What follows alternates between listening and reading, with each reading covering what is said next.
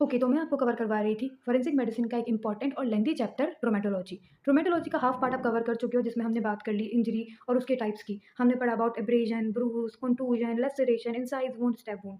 ये सारी इंजरी के टाइप्स को हम डिटेल में पढ़ चुके हैं। अब बाकी का हाफ पार्ट में आप पढ़ोगे अबाउट बैलिस्टिक्स। सबको बहुत मुश्किल लगता है, मगर अब हम इसको ईजिली पढ़ लेंगे। सबसे पहले आपको ये पता होना चाहिए कि वर्ड बैलिस्टिक्स की मीनिंग क्या है। तो यहाँ पे क्या लिखा हुआ है? It is the science of motion of projectile. तो यहाँ पे आप स्टडी करते हो अबाउट द प्रोजेक्टाइल। अब प्रोजेक्टाइल क्या है? तो यहाँ पे प्रोजेक्टाइल की मीनिंग है बुलेट। ठीक है? तो आप ये पढ़ोगे कि भाई फॉर एग्ज़ाम्पल एक गन है, वो कौन से टाइप की है? अगर उसके अंदर बुलेट है तो वो कौन से टाइप की है? किस प्रोसेस के थ्रू यहाँ से बुलेट निकलेगी? किस पाथवे को फ़ॉलो करेगी? कौन से एंगल पे जाएगी? और अगर किसी बॉडी को जाके हिट करती है तो वहाँ पे आपको किस टाइप की इंजरी देखने को मिलेगी? आप कैसे पहचानोगे कि ये जो इंजरी है ये बुलेट की वजह से है या फिर कोई और वेपन से दी हुई इंजरी है? तो ये सब आइडेंटिफ़ाई करना सीखोगे आप इन बैलिस्टिक्स, ठीक है? साथ अगर आपको बोला जाए वर्ड एक्शन, तो एक्शन की मीनिंग होती है ये जो पूरी गन होती है ना उसकी असेंबल करना। तो इसी तरह आपको न्यू-न्यू वर्ड्स और न्यू-न्यू टर्म्स पढ़ने को मिलेंगे कि फॉरेंसिक बैलिस्टिक्स में एक्शन की मीनिंग क्या है? गन को असेंबल करना। सिमिलरली अक्सर गन को मैं कहूँगी फायर आर्म, ठीक है? अब नेक्स्ट आपको ये पता होना चाहिए कि बैलिस्टिक्स की 3 टाइप होती हैं। एक होती है इंटरनल, फिर एक्सटर्नल और फिर टर्मिनल बैलिस्टिक्स। इंटरनल बैलिस्टिक्स में आप ये पढ़ते हो कि उसके अंदर आप बस इस वेपन रिलेटेड स्टडी करोगे कि गन है या फिर फायर आर्म है तो वो किस टाइप की है, उसके अंदर की कंपोज़िशन क्या है, कौन-कौन से पार्ट हैं। अगर मैं यहाँ पे आपको बताऊँ तो ये रहा इसका ट्रिगर, ये पीछे का आपका होल्डर होता है, आगे बैरल होती है। ये सब मैं आपको आगे चल के पढ़ाऊँगी। तो ये आप पढ़ते हो इन इंटरनल बैलिस्टिक्स। ना सिर्फ अबाउट गन, आप अबाउट बुलेट भी स्टडी करते हो, ठीक है? फिर जब बुलेट एक गन से निकल जाती है, तो वो किन पाथवेज़ को फ़ॉलो करती है? कौन से एंगल के थ्रू पास ऑन होगी और एक बॉडी को जाके हिट करेगी? वो आप पढ़ते हो इन एक्सटर्नल बैलिस्टिक्स, ठीक है? तो बिटवीन गन एंड बॉडी, इसके बीच का जो पाथवे होता है, वो आप पढ़ते हो एक्सटर्नल बैलिस्टिक्स में। फिर अगर एक बॉडी को जाके हिट कर गई है, आपको किस टाइप की इंजरी देखने को मिलेगी, उस बॉडी पे आपको किन चीज़ों की प्रेज़ेंस मिलेगी, वो आप पढ़ते हो टर्मिनल बैलिस्टिक्स में। जब आप पढ़ लोगे आपको और अच्छे से समझ आ जाएगा, ठीक है? तो ये हैं आपके बैलिस्टिक्स के टाइप। हाँ, आज हम डिटेल में पढ़ेंगे इंटरनल बैलिस्टिक्स, फिर देखते हैं कि बाकी जो हम कब कवर करेंगे। तो अब मैं आपको सबसे पहले बताती हूँ about the type of fire arm. सबसे पहले आपको ये पता होना चाहिए कि आपकी जो फायर आर्म होती हैं वो 2 टाइप की हैं। एक को आप बोलोगे राइफल्ड फायर आर्म, दूसरे को बोलोगे स्मूथ फायर आर्म, या फिर आप इनको बोल दोगे राइफल गन्स, इनको बोल दोगे स्मूथ गन्स, ठीक है? पहले मैं आपको इन दोनों की मीनिंग समझाती हूँ। आप नोट करो यहाँ पे क्या लिखा हुआ है, राइफल्ड बैरल, स्मूथ बैरल। तो पहले आप ये समझो कि बैरल क्या होता है, फिर इस बैरल के बेस पे हम इन 2 गन्स को डिफरेंशिएट कर देते हैं। अब इस पिक्चर को देखो, ये जो फ्रंट मेटालिक ट्यूब आपको दिख रहा है ना, इसको हम कहते हैं बैरल। किसी भी जो गन होगी उसका ये जो फ्रंट पार्ट होगा जिसके थ्रू बुलेट ट्रैवल करते हुए किसी बॉडी को जाके हिट करेगी ना, उसे हम कहते हैं बैरल। तो क्या लिखा हुआ है, ये मेटल ट्यूब है दैट प्रोजेक्टाइल ट्रैवल थ्रू। तो आपकी ये जो बुलेट है, आपकी जो प्रोजेक्टाइल है वो इसके थ्रू ट्रैवल करते हुए आगे जाके किसी भी बॉडी को हिट करती है, ठीक है? इसके अलावा और पार्ट्स की भी स्टडी कर लो। ये आपको पता है ट्रिगर कहलाता है। पीछे वाला पार्ट स्टॉक या फिर आप इसको हैंडल बोल सकते हो, ठीक है? ये रिसीवर है, जिसके अंदर आपकी बुलेट इंसर्ट कर दी जाएगी, ठीक है? और बाकी पार्ट्स मैं आपको विद टाइम पढ़ाती रहूँगी। अभी के लिए आपको ये पता होना चाहिए कि बैरल क्या है। तो ये जो मेटल का ट्यूब है ये बैरल है। अब ये जो बैरल है ना, ये 2 टाइप का होता है। मैं आपको एक्सप्लेन करती हूँ। आपने देखा ना कि एक ट्यूब है, तो हमने ये 2 ट्यूब्स बना दिए या फिर मैं कहूँ 2 बैरल बना दिए। याद रखना है कि ये गन का फ्रंट पार्ट है, जिसके बाद यहाँ से निकल के कोई भी जो बुलेट होगी ना वो जाके हिट करेगी, ठीक है? अब बैरल 2 टाइप का होता है। ये वाला जो बिल्कुल अंदर से एम्प्टी है ना, इसको हम कहेंगे स्मूथ बैरल। क्या कहेंगे? स्मूथ बैरल, ठीक है? और वो गन जिसका बैरल स्मूथ होगा उसे आप कह दोगे स्मूथ गन, ठीक है ना? तो मेक सेंस। ये अंदर से बिल्कुल एम्प्टी है। अब आप इसको देखो, ये है एक राइफ़ल्ड बैरल, ठीक है? अब ये कैसा होगा? ये अंदर से ना इसकी राइफ़लिंग हुई हुई होगी, इसके अंदर लैंड एंड ग्रूव्स होंगे। तो ये अंदर से, और इसी को मैं अंदर बना दूँ, तो ये अंदर से कुछ ऐसा होगा, अंदर से स्मूथ नहीं होगा। मीन्स अगर आप इसको ऐसे इमेजिन करो, अंदर से अगर आप देखोगे तो अंदर लैंड एंड ग्रूव्स होंगे। तो इसके अंदर से जब बुलेट पास ऑन होगी वो कैसे होगी और स्मूथ के थ्रू पास ऑन कैसे होगी? भाई फॉर एग्ज़ाम्पल यहाँ से बुलेट आ रही है, तो बुलेट सीधा ट्रैवल करते हुए आएगी, मैं कलर चेंज करती हूँ। बुलेट या फिर प्रोजेक्टाइल सीधा ट्रैवल करते हुए आएगी और किसी भी बॉडी को जाके हिट कर देगी। इसके अंदर ये स्मूथ नहीं है, इसके अंदर अंदर लैंड एंड ग्रूव्स हैं, ठीक है? तो बुलेट ऐसे ट्रैवल करेगी, यूँ। रोटेट होगी, ठीक है? फिर जाके किसी को हिट करेगी। इस रोटेटरी मूवमेंट की वजह से क्या हुआ? स्पीड इंक्रीज़ हो गई क्योंकि वो रोटेट कर रही है, एक्यूरेसी बढ़ जाएगी और वो ज़्यादा डिस्टेंस को भी कवर करेगी। तो ये आपकी राइफ़ल गन का एडवांटेज है। अब मैं आपको एक और पिक्चर दिखाती हूँ। हाँ जी, तो इस पिक्चर पे अगर आप थोड़ा-सा फ़ोकस करो तो नोट करो। ये वाली है स्मूथ बैरल और इसके अंदर आप देख रहे हो बिल्कुल स्मूथ है अंदर से। बै जो बुलेट निकली है, प्रोजेक्टाइल निकला है, वो कैसे बिल्कुल स्ट्रेट निकला है, ठीक है? ये वाली है राइफ़ल्ड बैरल, इसको नोट करो। ये अंदर से कैसे, अंदर इसकी राइफ़लिंग हुई हुई है, अंदर से ऐसी है ये, ठीक है? अंदर लैंड एंड ग्रूव्स, ठीक है? तो ये अंदर से ऐसी है। स्मूथ वाली अंदर से बिल्कुल स्मूथ है। इसके अंदर देखें कैसी मूवमेंट हो रही है, रोटेटरी मूवमेंट होते हुए आती है और बुलेट जाके किसी बॉडी को हिट करेगी। इसके अंदर स्ट्रेट जाके हिट कर रही है, ठीक है? तो ये वाली जो आपकी बैरल होगी उसे आप क्या बोलोगे? राइफ़ल्ड बैरल। इसको आप बोलोगे स्मूथ बैरल। अब जिस भी गन के अंदर ये वाली बैरल होगी वो कहलाएगी राइफ़ल्ड गन और जिसके अंदर ये वाली बैरल होगी वो कहलाएगी स्मूथ गन, ठीक है? एक और चीज़ यहाँ पे नोट करो, यहाँ पे लिखा हुआ है राइफल्ड बोर और स्मूथ बोर। अब आप बोर और बैरल को कंफ्यूज ना कर देना, मैं आपको समझाती हूँ। बोर की मीनिंग होती है अंदर का डायमीटर, ठीक है? बेसिकली आप ये देखते हो कि एक बैरल के अंदर कितनी जगह है, वो कहलाता है बोर, ठीक है? तो किसी भी बैरल का, फॉर एग्जांपल ये मेटालिक ट्यूब है, ये वो बैरल है जिसकी मैं बात कर रही हूँ। अगर मैं इसके अंदर का डायमीटर काउंट करूँगी ना, अभी आपको काउंट करना सिखाऊँगी भी, डोंट वरी, ठीक है? जब भी मैं इसका इंटरनल डायमीटर काउंट करूँगी तो मैं उसे बोल दूँगी कि मैं ये मेरा राइफल्ड बोर है, ठीक है? तो अब यहाँ पे मैं आपको डिफरेंशिएट करवा दूँ बिटवीन बोर एंड बैरल, ठीक है जी? तो ये जो मेटालिक ट्यूब है, ये कहलाएगा बैरल, ठीक है? अगर ये अंदर से स्मूथ होगा तो मैं इसे कह दूँगी स्मूथ बैरल, ठीक है? और अगर अंदर से इसकी राइफलिंग हुई हुई होगी, अंदर से इस तरह से लैंड एंड ग्रूव्स होंगे, तो मैं इसे क्या कह दूँगी? मैं इसे कह दूँगी राइफल्ड बैरल, ठीक है? Make sense? फिर अगेन मैं यही ट्यूब बना दूँ, ठीक है? अगर मैं इस स्मूथ बैरल का डायमीटर फाइंड करने की कोशिश करूँगी, तो मैं इसे क्या कह दूँगी? जो भी डायमीटर आएगा वो क्या कहलाएगा? स्मूथ बोर, ठीक है? बोर मतलब इंटरनल डायमीटर। अगर मैं इसका फाइंड करने की कोशिश करूँगी तो वो क्या कहलाएगा? राइफल्ड बोर, ठीक है? अब इन तीनों का डिफरेंशिएट आपको करना आना चाहिए। इतना कुछ पढ़ लिया, अब नोट्स से रिवाइज कर लेते हैं। मैंने आपको पढ़ाया कि आपके पास 2 टाइप के बैरल या फिर फायरआर्म हो सकते हैं। राइफल्ड बैरल होगा, दूसरा स्मूथ बैरल होगा, ठीक है? अब जितनी भी गन्स होती हैं ना, पिस्टल्स होते हैं, रिवॉल्वर्स होती हैं, वो गन जिनके लॉन्ग बैरल होते हैं, इन इसके तो नाम में ही राइफल है, और जितनी भी मशीन गन्स होती हैं, उन सबके पास कौन-सा बैरल होता है? Rifled barrel. अंदर से सबकी राइफलिंग हुई हुई होगी, ठीक है? वो अंदर से स्मूथ नहीं होंगे। दूसरा, आपके पास जितनी भी शॉट गन्स होती हैं, मस्केट्स होते हैं, मज़ल्स होते हैं, उन सब के अंदर कैसा आपको गन मिलेगा?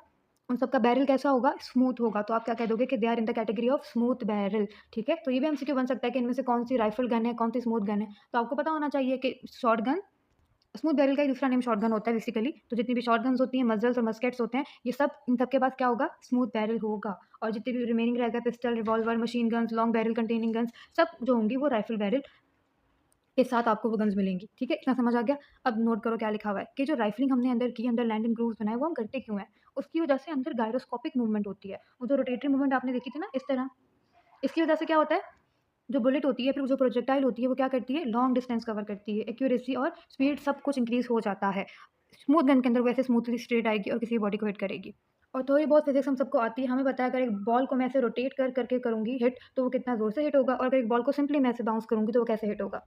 तो इसलिए इस रोटेटरी मूवमेंट की वजह से हम क्या करते हैं? हम ये कहते हैं कि इसी की वजह से हम राइफलिंग कर रहे हैं ताकि जो हमारी बुलेट है उसकी एक्यूरेसी और स्पीड इंक्रीज़ हो जाए, ठीक है? ये बात यहाँ पे लिखी हुई है। दूसरा ये लिखा हुआ है कि जो राइफलिंग है वो क्लॉकवाइज़ भी हो सकती है, एंटी क्लॉकवाइज़ भी हो सकती है, तो यूँ भी हो सकती है, यूँ भी हो सकती है, इट टोटली डिपेंड्स। दूसरा मैंने आपको क्या पढ़ाया? दूसरा मैंने आपको पढ़ाया अबाउट द बोर या फिर गॉज।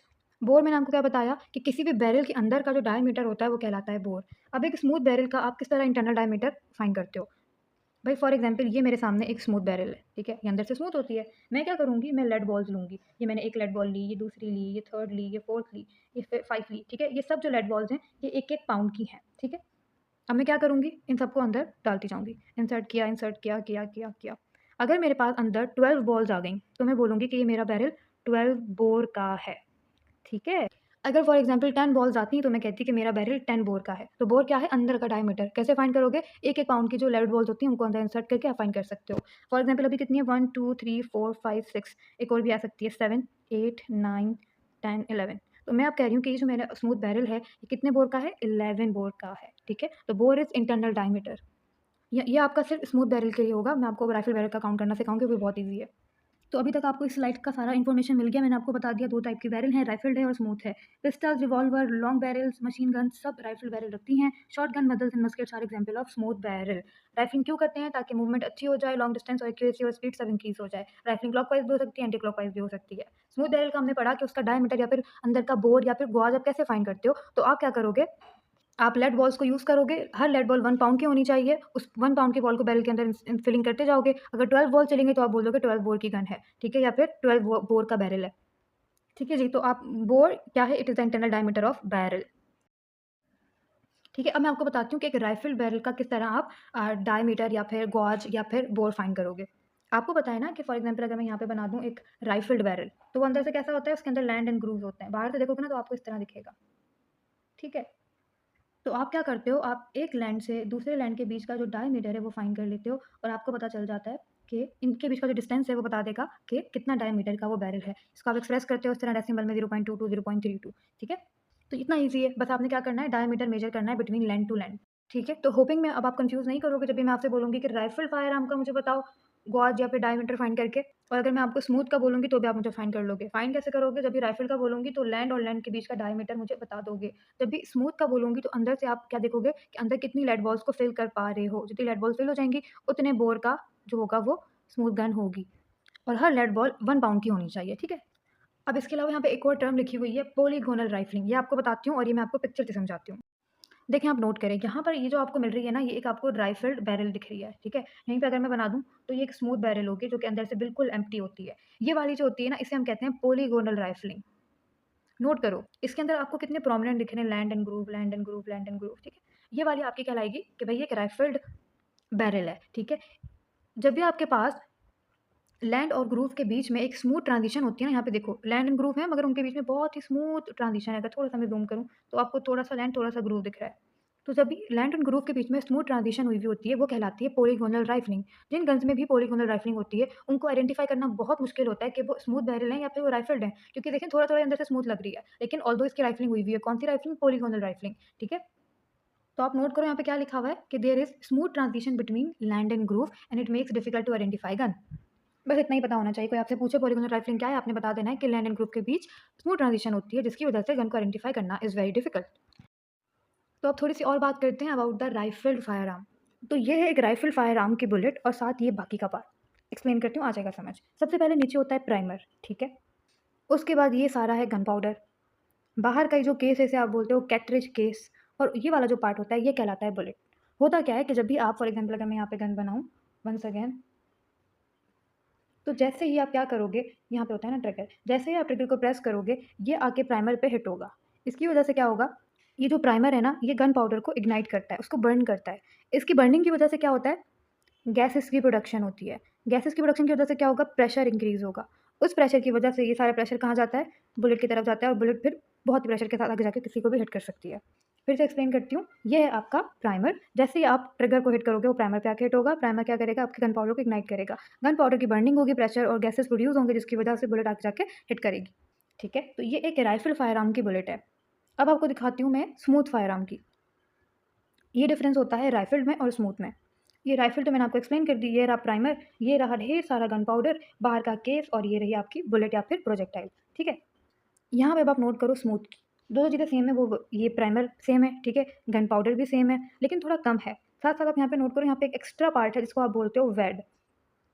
दूसरी चीज़ जो नोट करने वाली है, यहाँ पे बस एक ही प्रोजेक्टाइल होता है। यहाँ पे देखो 1, 2, 3, 4, यहाँ पे आपको बहुत सारे प्रोजेक्टाइल या फिर बुलेट देखने को मिलते हैं। इसकी मीनिंग क्या है कि अगर मैं इससे हिट करूँगी ना तो क्या होगा, फॉर एग्ज़ाम्पल ये एक बॉडी है और ये एक बॉडी है, ठीक है? अगर मैं राइफल से हिट करूँगी, राइफल बुलेट से हिट होगा तो एक ही इंजरी आएगी और वो एक आपको प्रोमिनेंट और एक लार्ज इंजरी आपको देखने को मिलेगी।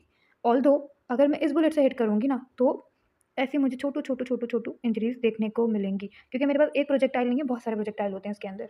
तो ये फ़र्क होता है एक स्मूथ में और एक राइफल्ड फायरआर्म में। उनकी जो बुलेट होती है वो भी डिफरेंट होती हैं। ये जो वैड होता है, ये सिर्फ़ आपको स्मूथ या फिर मैं बोलूँ शॉर्ट गन्स में मिलेगा, ठीक है? शॉर्ट गन्स की इन बुलेट्स में मिलेगा।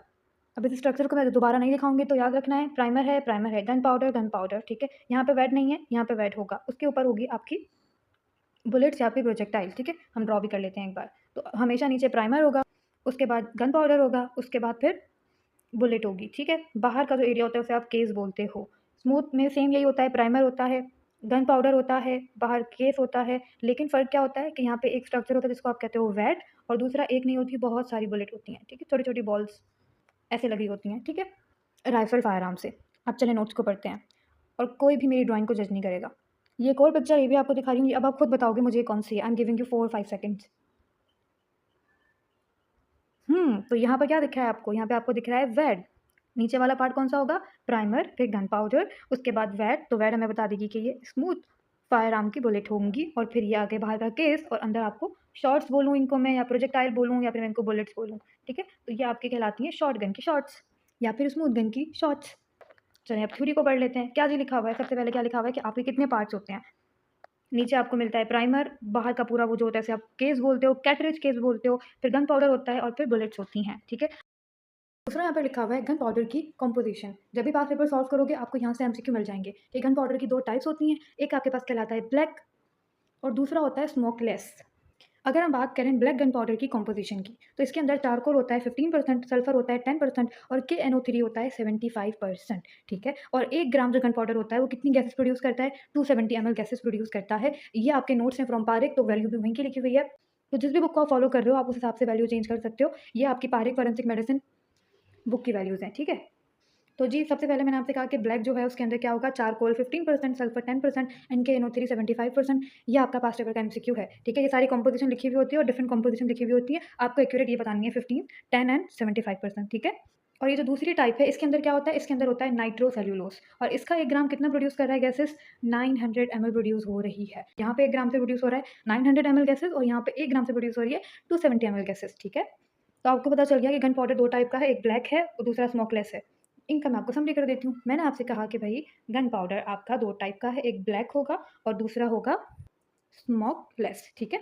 जो स्मोकलेस होता है उसके अंदर क्या होता है, नाइट्रोसेल्युलोज होती है और 1 ग्राम कितना प्रोड्यूस कर रहा है? 1 ग्राम प्रोड्यूस कर रहा है 900 ml गैसेस को।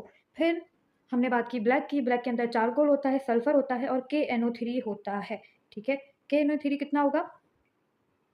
पहले चारकोल की बात करते हैं, चारकोल होगा 15%, सल्फर होगा 10% और KNO3 होगा 75%, ठीक है? ये है इसकी कॉम्पोजिशन और इसका 1 ग्राम कितनी प्रोड्यूस करेगा?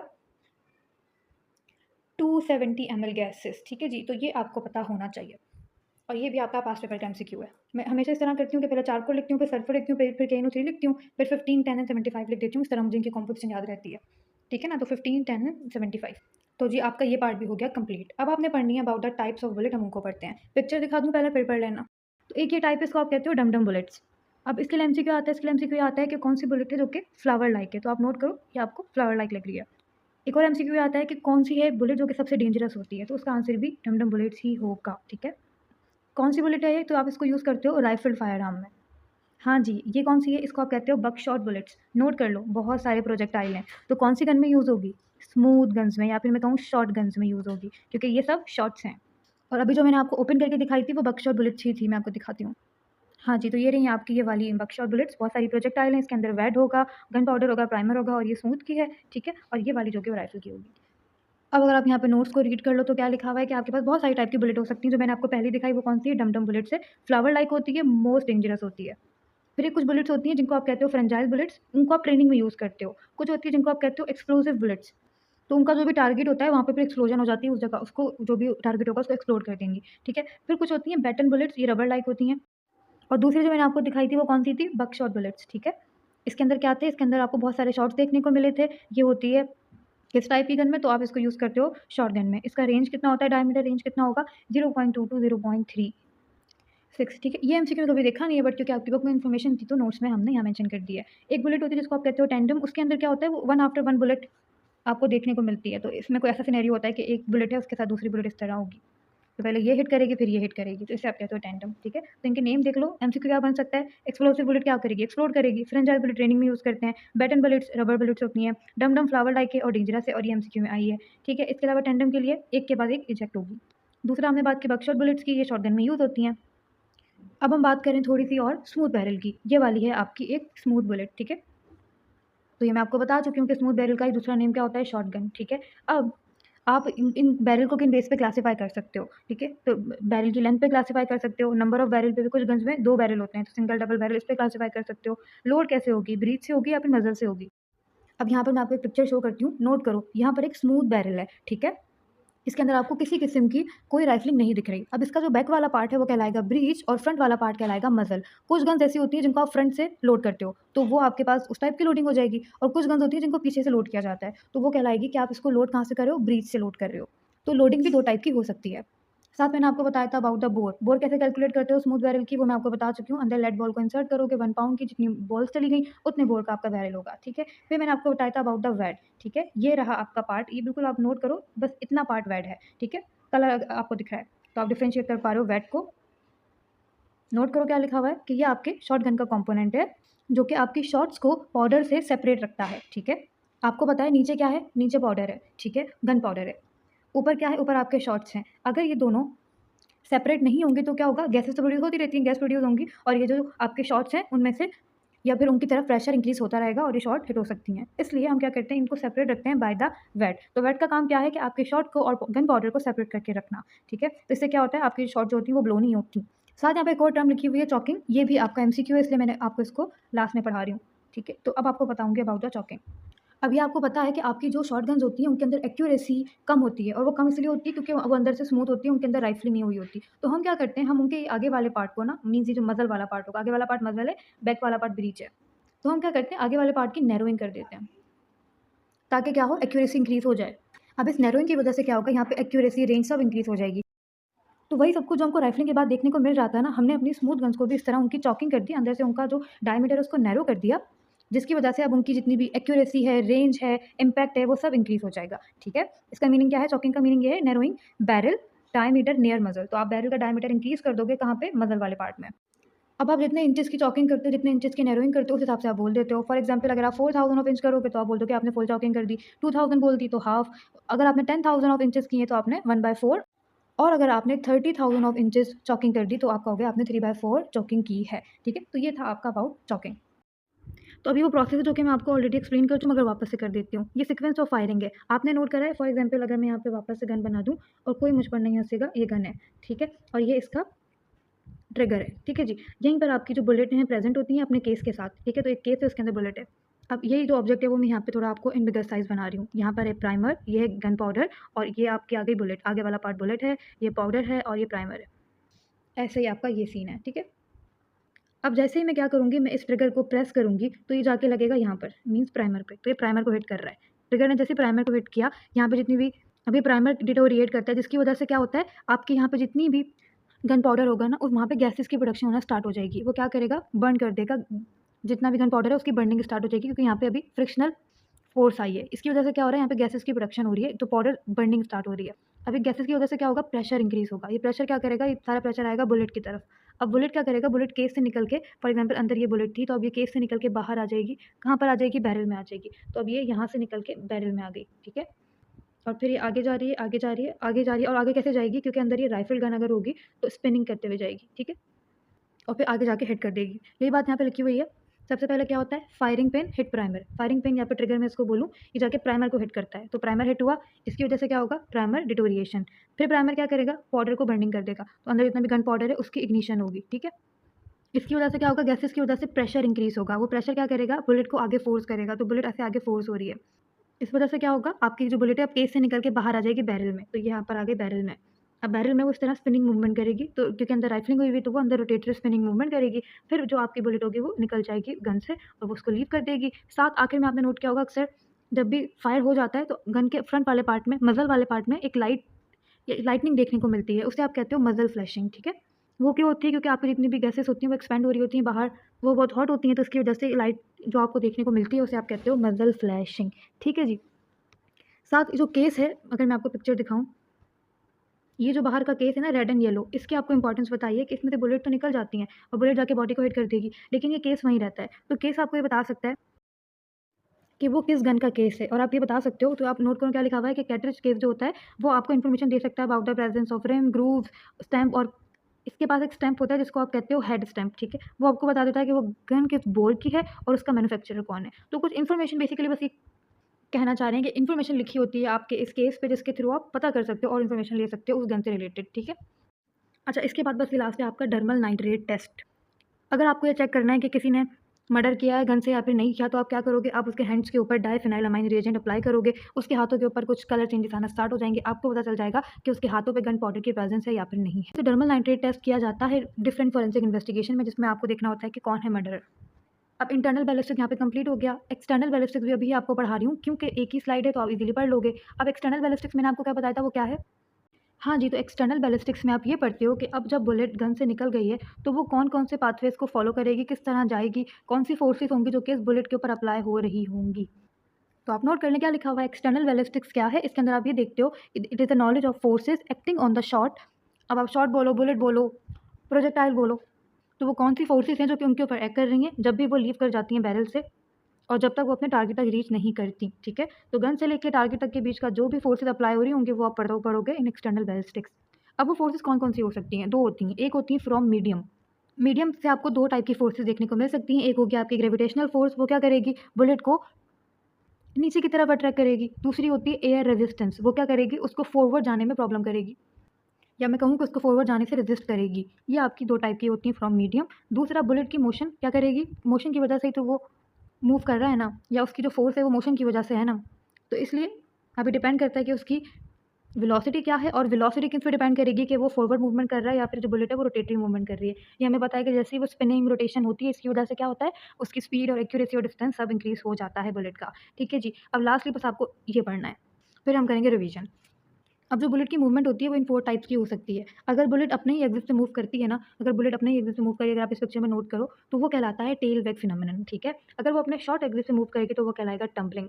अगर वो अपने सेंटर ऑफ मास पे अराउंड मूव करेगी, दूसरी पिक्चर दिखाती हूँ, नोट करो। तो वो अपने सेंटर ऑफ मास में लेकिन स्टिल मूव कर रही है, ठीक है? तो इसे आप कहते हो प्रेसेशन। प्रेसेशन में वो अपने सेंटर ऑफ मास में मूव करती है। टम्बलिंग में वो अपने शॉर्ट एक्सिस के अराउंड मूव करेगी, ठीक है? तो टम्बलिंग में शॉर्ट एक्सिस है, around centre of mass precision कहलाएगा। इसके अलावा अब आप एक और चीज़ यहाँ पे नोट करो इस पिक्चर में, ये जो आगे वाला पार्ट है ना, ये कहलाएगा बुलेट की नोज़।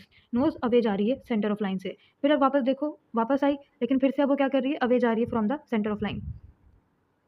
फिर नोट करो, वापस आई, लेकिन वापस से वो अवे जा रही है from the centre of line. तो इस टाइप की मूवमेंट जिसके अंदर क्या हो, नोज़ अवे जाए from the line of flight, वो कहलाती है याइंग। ठीक है जी। तो बस ये आपको एमसीक्यू के लिए पता होना चाहिए कि अगर around centre of mass move करेगी तो प्रेसेशन, अपने शॉर्ट एक्सिस पे तो टम्बलिंग, अपने एक्सिस पे तो टेलवेग फिनोमेनन, और अगर नोज अवे जा रही है from the line of light तो वो कहलाता है याइंग। और ये पिक्चर आपने अपने माइंड में रखनी है। ठीक है जी। यहाँ पर आपका कंप्लीट हो गया इंटरनल एंड एक्सटर्नल बैलिस्टिक्स। अब हम रिवाइज करते हैं जो भी हमने पढ़ा।